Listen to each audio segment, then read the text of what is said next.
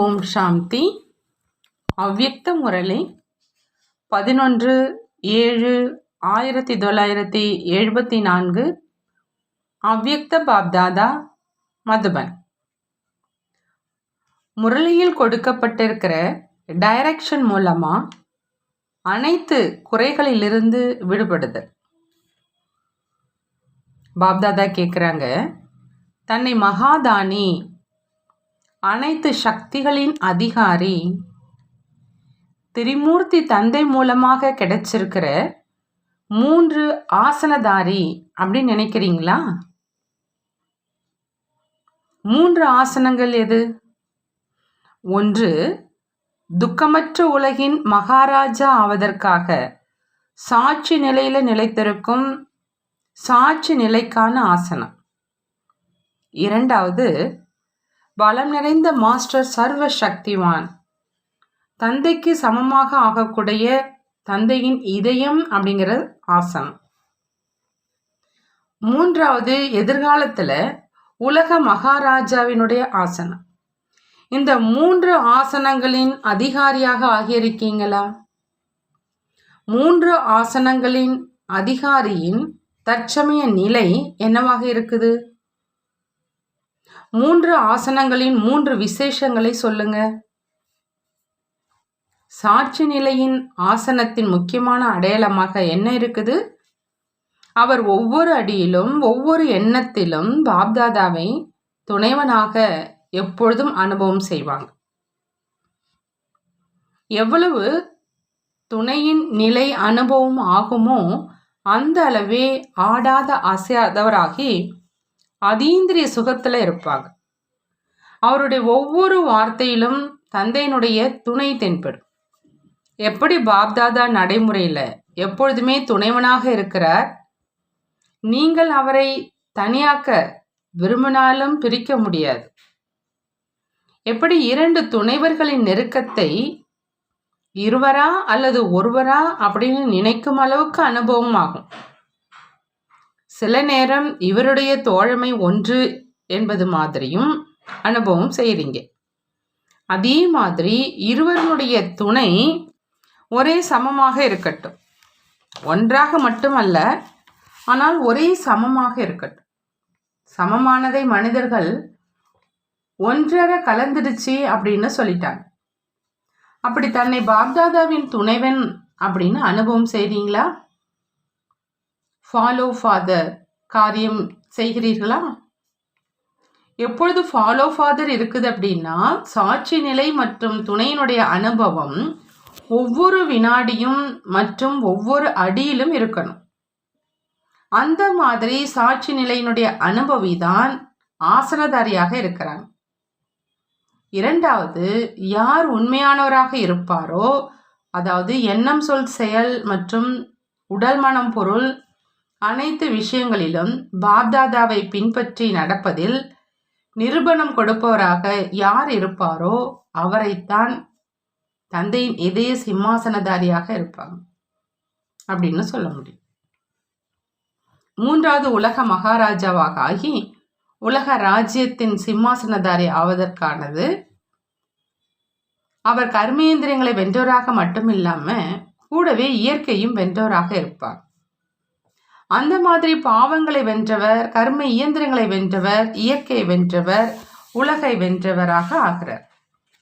அந்த மாதிரி 3 ஆசனதாரியாக ஆகியிருக்கீங்களா? ஒருவேளை 3 ஆசனங்களின் அதிகாரியாக ஆகிட்டீங்க அப்படின்னா, அந்த மாதிரி அதிகாரி தந்தைகிட்ட எந்த விதமான கியூலும் இருக்க மாட்டாங்க. யார் ஏதாவது கியூல இருக்கிறாங்க அப்படின்னா அவங்களுக்கு எந்த விதமான அதிகாரத்தின் பிராப்தியும் இல்லை என்பதாகும். இன்று பாப்தாதா கியூல நிற்கக்கூடிய ஒவ்வொருவருக்கும் பதில் கொடுத்துட்டு இருக்கிறாங்க. இதை செய்யுங்க, அதை செய்யுங்க அப்படின்னு விதவிதமான வேண்டுதல் செய்யறீங்க. அந்த மாதிரி வேண்டுதல் செய்யறீங்க மற்றும் பாப்தாதா தன்னையும் விட அதிகமாக குழந்தைகளை ஒவ்வொரு காரியத்திலும் முன்னுக்கு வைக்கிறாங்க. இப்போ அனைத்து சக்திகளையும், அதாவது பவர் குழந்தைகளுக்கு கொடுத்து விட்டது அப்படின்னா, அந்த மாதிரி குழந்தையாக இருந்து எஜமானன் ஆகிறவங்க ஏன் வேண்டுதல் செய்கிறாங்க? எப்படி தந்தை யாருடைய புத்தியில போடப்பட்ட பூட்டையும் திறக்க முடியும் மற்றும் சமஸ்காரத்தை மாற்ற முடியும் அப்படின்னா நீங்கள் அதை செய்ய முடியாதா?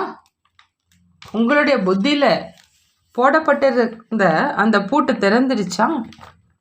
இந்த விஷயத்துல இல்லை அப்படின்னு சொல்ல மாட்டீங்க இல்லையா? பாப்தாதா ஒவ்வொருவனுடைய புத்தியினுடைய பூட்டை திறந்து அனுபவியாக ஆக்குறாங்க இல்லையா? எப்படி உங்களுடையதை தந்தை திறந்தார், அனுபவம் செய்வித்தார் அப்படின்னா அனுபவம் செய்த விஷயத்தை சுயம் நீங்களே செய்ய முடியாதா? எப்படி உங்களுடையது திறந்துருச்சு அப்படியே மற்றவர்களுடைய திறவுங்க. மற்றவர்களுடைய பூட்டை திறப்பது கடினமா என்ன? பூட்டுகளினுடைய சாவி எது? அந்த சாவியை தந்தை உங்களுக்கு கொடுக்கலையா என்ன? எப்பொழுதிலிருந்து தந்தையினுடைய குழந்தைகளாக ஆக்கிட்டாங்களோ அப்போதிருந்தே தந்தையினுடையது உங்களுடையதாக ஆகலையா? சாவியும் உங்களுடையது தான் இல்லையா? சாவி இருக்குது, இருந்தும் பூட்டை திறவுங்க அப்படின்னு பாப்தாதாவிடம் சொல்றாங்க. அல்லது தேவையான நேரத்தில் சாவி கிடைப்பதில்லையா? தந்தையோ திவ்ய திருஷ்டியினுடைய சாவியை மட்டும் தன்னிடம் வச்சுக்கிறாங்க. மற்றபடி புத்தியினுடைய பூட்டை திறக்கும் சாவியை தன்னிடம் வச்சுக்கல. புத்தியினுடைய பூட்டை திறக்கும் சாவி எது? அனைத்து சக்திகள். இதுதான் சாவி. இதுவும் அனைவரிடம் இருக்குது இல்லையா? திவ்ய திருஷ்டியை கொடுப்பவராகவோ நீங்க இல்லை, ஆனால் மாஸ்டர் சர்வ சக்திவானாகவோ இருக்கீங்க இல்லையா? எப்பொழுது அனைத்து சக்திகளினுடைய சாவி தந்தை மூலமாக கிடைச்சிருச்சு அப்படின்னா பிறகு ஏன் வேண்டுதல் செய்கிறீங்க? தந்தையை சேவகன் ஆக்கியிருக்கீங்க அப்படிங்கிற காரணத்தினால இதை செய்யுங்க மற்றும் அதை செய்யுங்க அப்படின்னு கட்டளை கொடுக்குறீங்களா? வானப்பிரஸ்த நிலை வரை சென்றடைந்தவர் கூட இதுவரையிலும் சிறியவர்களாகவே இருக்கிறாங்க. இப்பொழுது தன்னுடைய படைப்பை படைப்பதற்கும் பிரஜை மற்றும் பக்தர்களின் மாலையை உருவாக்குவதற்கும் நேரம் இருக்குது. நான் சிறியவன் என்று படைப்பவர் கூறினார் என்றால் எப்படி படைப்பை படைப்பார்? எனவே இந்த விதவிதமான வேண்டுதல்களை தந்தையிடம் சொல்றீங்க. முதல்ல சாவியை அடையுங்க, பின்பு வேண்டுதல்கள் தானாகவே நிறைவேறிடும். இரண்டாவது விஷயம், தந்தையிடம் முறையீடு செய்கிறீங்க. முறையீடுகளுக்கும் வரிசை இருக்குது இல்லையா? எந்த விதமான முறையீட்டை யார் கொடுப்பாங்க? எப்போ ஞானம் நிறைந்தவராக இல்லையோ அப்போதுதான் ஏதாவது விஷயத்தின் முறையீடு கொடுக்கப்படுது. இது ஏன் நடந்தது, அந்த மாதிரி நடக்கக்கூடாது, பிற்காலத்தில் ஏன் வந்தோம், சாக்காரத்தில் ஏன் சந்திக்கல, இவை அனைத்தும் முறையீடுகள் தான் இல்லையா? ஒருவேளை மாஸ்டர் ஞானம் நிறைந்தவனுடைய நிலையில நிலைச்சிட்டீங்க, திரிகால தரிசனுடைய நிலையில நிலைச்சிட்டீங்க அப்படின்னா ஏதாவது முறையீடு செய்வீங்களா? முறையீடுகள் மூலமாக சாக்கார உடல்ல சந்திப்பதற்கான பிராப்தி ஏற்பட முடியுமா? நடந்து முடிந்த நடிப்பின் பாகம் மீண்டும் நடக்குமா என்ன? அதுவே 5000 வருடங்களுக்கு பிறகு மீண்டும் அதே மாதிரி நடக்கும். அப்படி ஞானம் நிறைந்த நிலையில நிலைத்திருக்கிறவங்க ஒருபொழுதும் எந்த விதமான முறையீடும் செய்ய மாட்டாங்க. முறையீடு அப்படின்னாலே ஞானத்தின் குறை மற்றும் லைட் மைட்டின் குறை, அதாவது ஞானம் மற்றும் சக்தியினுடைய குறை. மூன்றாவது விஷயம், புகார்கள் செய்கிறீங்க. அதனுடையதும் கூட நீளமான கியூ தான் இல்லையா? யோகா வரல, வீணான எண்ணம் அதிகமாக இருக்கு, அல்லது இந்த சக்தியை தாரணை செய்ய முடியல அப்படின்னு விதவிதமான வகைகள்ல புகார் செஞ்சுக்கிட்டே இருக்கீங்க. இந்த புகார்களுக்கான காரணம் என்ன? வீணான எண்ணம். முக்கியமான புகார் அதிகமானவர்களிடம் இதுதான் தென்படுது. இரண்டாவது முக்கியமான புகார் உள் உணர்வு மற்றும் பார்வையில சஞ்சலம் ஏற்படுது. எதுவரை இந்த 2 புகார்களும் இருக்குதோ அதுவரை தினசரி முரளி மூலமாக என்ன டைரக்ஷன் கிடைச்சிட்டு இருக்கோ அந்த டைரக்ஷனை, அதாவது முரளியை கவனமாக கேட்டு மற்றும் தாரணை செய்வது இல்லை. வீணான எண்ணம் இருப்பதற்கான மூல காரணம் தந்தை மூலமாக தினசரி கிடைக்கும் அந்த ஞான பொக்கிஷத்தின் குறைவுதான். ஒருவேளை முழு நேரமும் ஞான ரத்தினங்களோடு விளையாடுவதில் மற்றும் ஞான பொக்கிஷங்களை பார்ப்பதில் சிந்தனை செய்வதில் புத்தியை பிஸியாக வச்சிருக்கீங்க அப்படின்னா வீணான எண்ணம் வர முடியுமா? முதல்ல என்னுடைய புத்தி முழு நாளும் ஞானத்தை சிந்திப்பதில்லை மற்றும் உலக நன்மைக்கான திட்டம் தீட்டுவதில் பிஸியாக இருக்குதா அப்படின்னு தன்னைத்தானே கேளுங்க. எப்படி லௌகீக முறையில் கூட ஏதாவது காரியத்தில் புத்தி பிஸியாக இருக்குது அப்படின்னா மற்ற எண்ணம் மற்றும் மற்ற விஷயங்கள் வர்றது கிடையாது. ஏன்னா புத்தி பிஸியாக இருக்கு இல்லையா? உங்களுக்கு கூட தந்தை மூலமா என்னென்ன காரியம் செய்வதற்காக கிடைச்சிருக்கோ அது எவ்வளோ பெரிய பொறுப்பானது. மேலும் இதுவரையிலும் கூட இன்னும் எவ்வளவு செய்ய வேண்டியதாக இருக்குது. இப்போ உலகினுடைய மொத்த ஆத்மாக்களினுடைய கணக்குப்படி 5 பாண்டவர்கள் உருவாக்கி இருக்கிறாங்க. 5 பாண்டவர்கள் உருவாகி இருக்கிறாங்க. இவ்வளவு மீதம் இருக்கும் காரியம் மற்றும் அவற்றின் கூடவே தன்னுடைய பாவங்களை பஸ்பம் செய்யும் காரியமும் இருக்குது. எத்தனை ஜென்மங்களின் சுமையை பஸ்பம் செய்ய வேண்டியதாக இருக்குது? 63 ஜென்மங்களின் பாவ கர்மங்களின் கணக்கை பஸ்பம் செய்ய வேண்டியது. 63 ஜென்மங்களின் பாவ கர்மங்களின் கணக்கை பஸ்பம் செய்யணும். கூடவே ஞான பொக்கிஷத்தை சிந்தித்து கொண்டே இருந்தீங்க அப்படின்னா நேரம் மிச்சமாகுமா அல்லது குறைவாக தென்படுமா? 3 விஷயங்கள் சொன்னோம். ஒன்று, ஞான பொக்கிஷத்தை சிந்தனை செய்யும் காரியம். 2வது, பாவங்களை பஸ்பம் செய்யும் காரியம். 3வது, உலக நன்மைக்கான காரியம். இந்த 3மே விசேஷமானது, மேலும் எல்லைக்கு அப்பாற்பட்ட காரியம். இவ்வளவு புத்திக்கான காரியங்கள் இருந்த போதிலும் புத்தி எப்படி ஃப்ரீயாக இருக்குது? உங்களுக்கு எப்படி ஓய்வு கிடைக்குது? உலக நன்மைக்கான காரியத்தை முடிச்சிட்டிங்களா?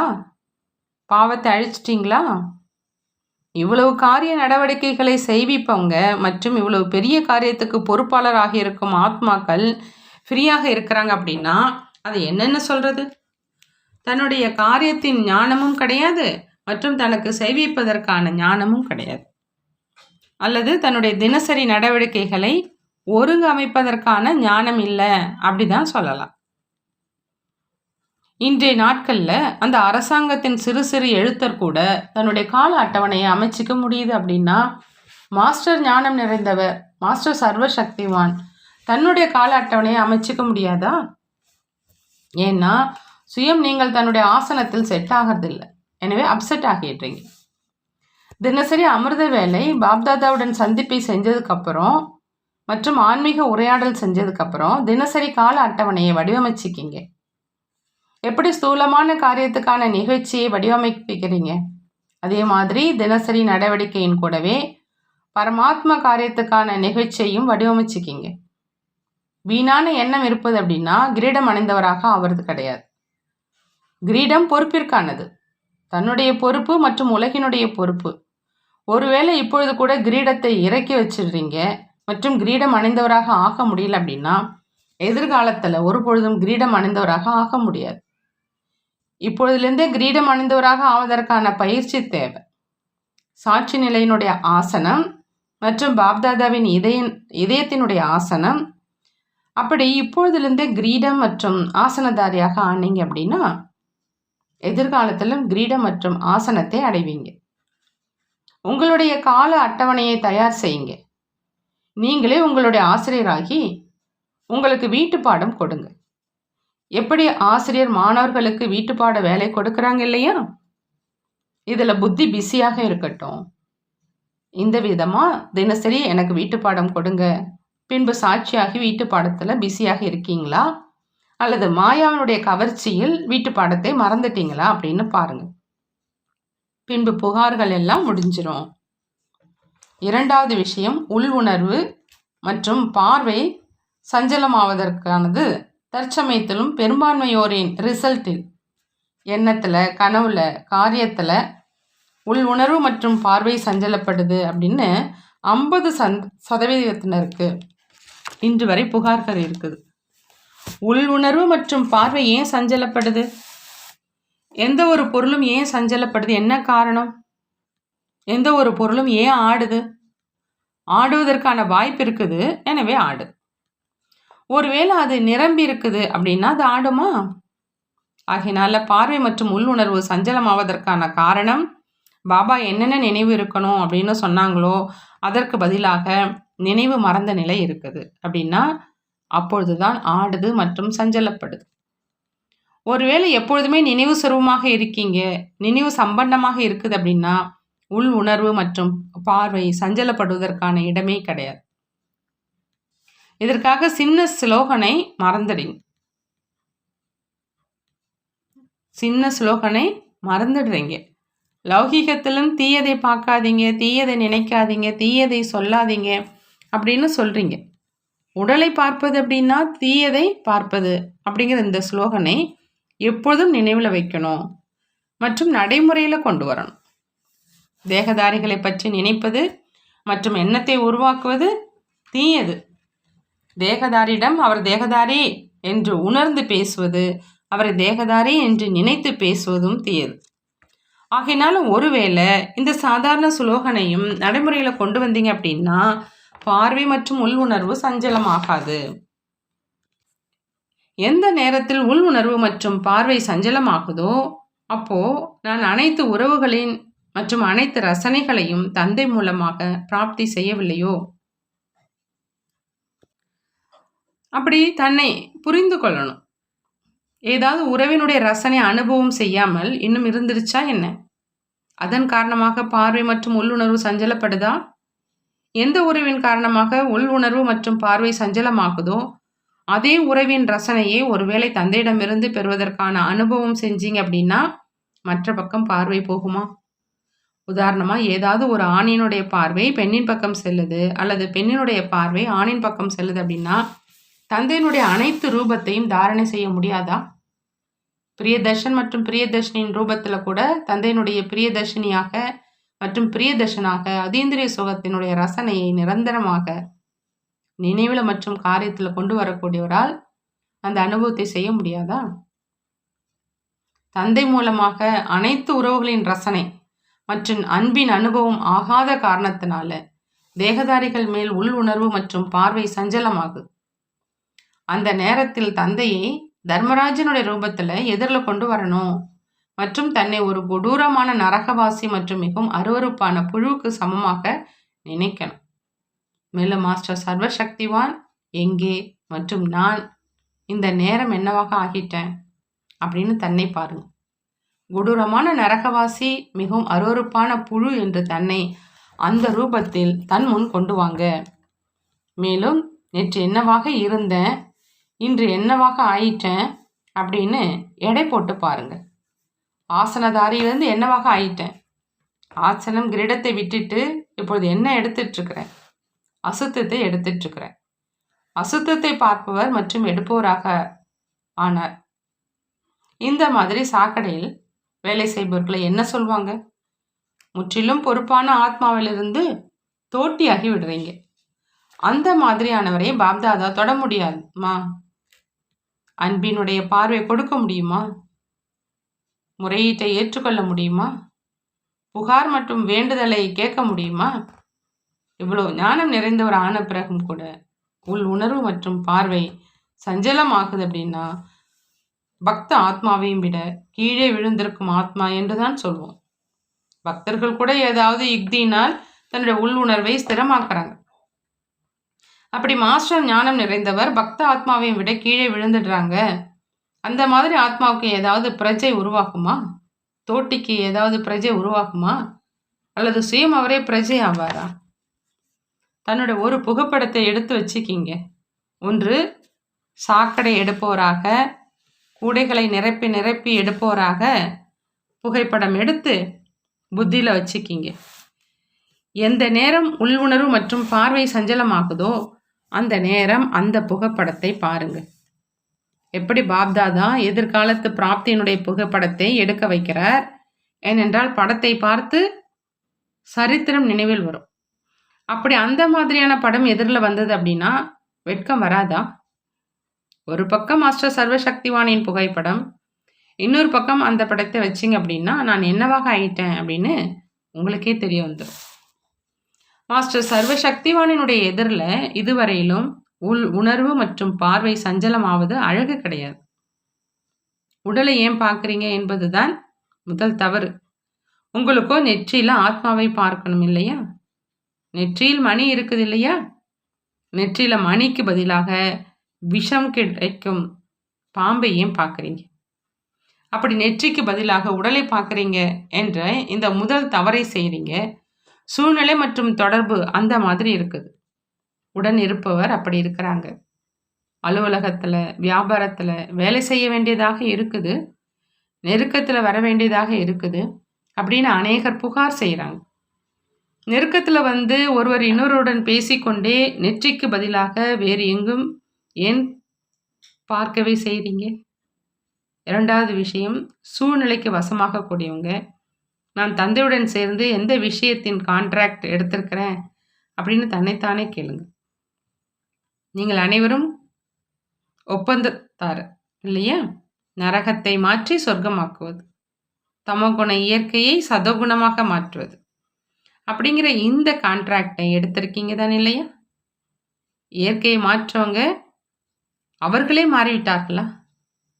5 தத்துவங்களை மாற்றுவதற்கான கான்ட்ராக்ட் எடுத்திருக்கீங்க. மேலும் சூழ்நிலைக்கு வசமாகிடுறீங்க. எந்த நேரம் சூழ்நிலைக்கு வசமாக ஆகிடுறீங்களோ அந்த நேரம் ஸ்தூல உதாரணத்தை எதிரில் வைங்க. அகர்பத்தி ஒருபொழுதும் சூழ்நிலைக்கு வசமாகிறது கிடையாது.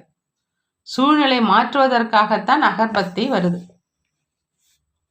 சூழ்நிலையை மாற்றுவதற்குத்தான் அகர்பத்தி இருக்குது இல்லையா? அகர்பத்தி தயாரிக்கிறவங்க யாரு? மனித ஆத்மாக்கள் தானே. உங்களுடைய படைப்பில் இந்த விசேஷம் இருக்குது, மேலும் படைப்போரிடம் இல்லை. அப்படின்னா படைப்போராக இருக்கீங்களா அல்லது பலவீனமானவராக இருக்கீங்களா?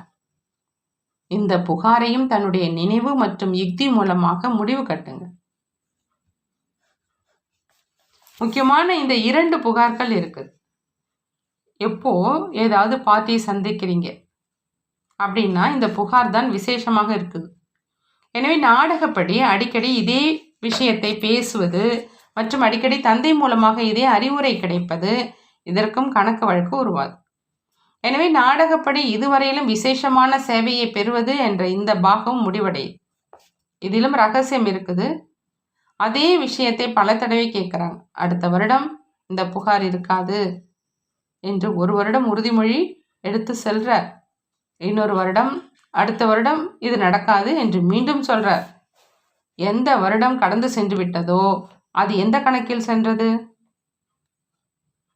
பாப்தாதாவுக்கு நாம் சொன்ன உறுதிமொழி மறந்துடுது அப்படின்னு நினைக்கிறாங்க. பாப்தாதாவுக்கு என்ன நினைவு இருக்குமா என்ன என்று நினைக்கிறாங்க. பாப்தாதாவுக்கு அனைவருடைய உறுதிமொழியும் நினைவிருக்குது. ஆனால் பாப்தாதா குழந்தைகளை அவமரியாதை செய்வது கிடையாது.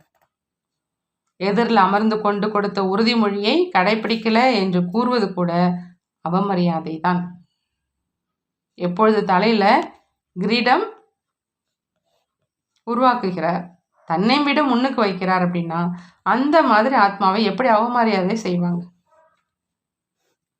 ஆகையினால புன்முறுவல் செய்கிறார். நினைவு இல்லை என்பது இல்லை, ஆத்மாக்களுக்கு செய்து காட்டுகிறார். பொறுப்பில் இருப்பவராக ஆகியிருக்கும் ஆசிரியர்களை மிகவும் சாமர்த்தியமாக நடத்துகிறார்.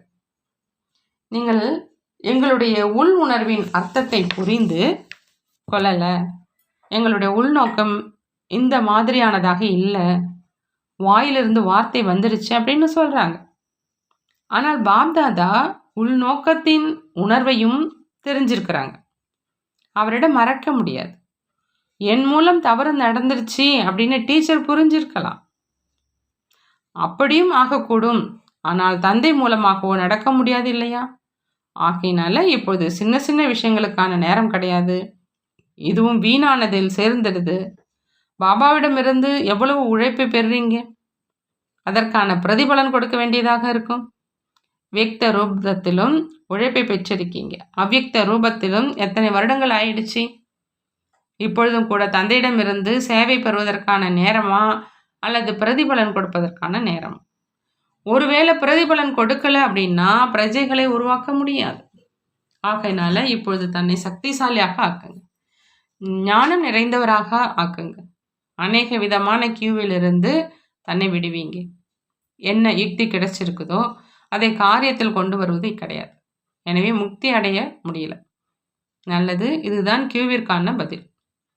இப்பொழுது பாப்தாதா குழந்தைகளிடமிருந்து விடைபெறுகிறார். நல்லது. ஓம் சாந்தி. நாமும் நம்மளுடைய பாப்தாதாருக்கு அன்பு நினைவுகள் மற்றும் நமஸ்காரம் செய்வோம். வரதானம்: தன்னை விசேஷமான பங்கை செய்பவர் என்று நினைத்து சாதாரணத்தை முடிவு கட்டக்கூடிய உயர்ந்த மற்றும் சிரேஷ்டமானவராகுக. தன்னை விசேஷமான பங்கை செய்பவர் என்று நினைத்து சாதாரணத்தை